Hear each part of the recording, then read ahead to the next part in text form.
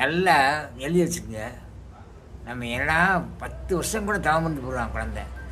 உழவு தவம் வந்து பெற்றவங்களாம் ஏன்டா பெற்றோன்னு ஒரு காலத்தில் ஒருத்த விடுவாங்க. அது ஒன்று. இன்னொன்று கண்ணாமூலம் இடம் படம். எனக்கு சொந்தக்காரன் ஒரு ஆள் இருக்கா. அந்த அங்கே காலி இடம் இருக்குது, இந்த காலி இடம் இருக்குது, இந்த காலி இடம் இருக்குது, வாங்கு வாங்கு வாங்கு வாங்குன்னு எல்லாம் வாங்கி போட்டு இப்போ அந்த ஆள் பெட் ரெஸ்ட் ஆகிட்டாரு. இப்போ அவர் இதெல்லாம் என்ன பண்ணுவேன் சொல்லு. இது வச்சுக்கிட்டு இருந்தாலும் கஷ்டம். நீ விட்டு போட்டு பல லட்சம் கிடக்கு. அன்றைக்கி வாங்கி போடுவது 1000 5000, இன்றைக்கி வந்து பல லட்சம் பல கோடி. எதுக்கு வாங்கினேன்? இது என்ன பண்ணுறது? கவலை தானது, தேவையாது. சொல்லுங்கள். ஆசைப்பட்டு கொண்டாடி இருக்கும்போது இன்னொருத்தி அழகில் மயங்கி அவளை போய் கல்யாணம் பண்ணுவான். எப்படியாவது ஒரு அடைஞ்சிடணும். அவளை அடைஞ்சிட்டு அவளை சின்ன வீடாக வச்சுக்கிறான் கீப்பா. அவ்வளோ ஆழப்படுற பாடு.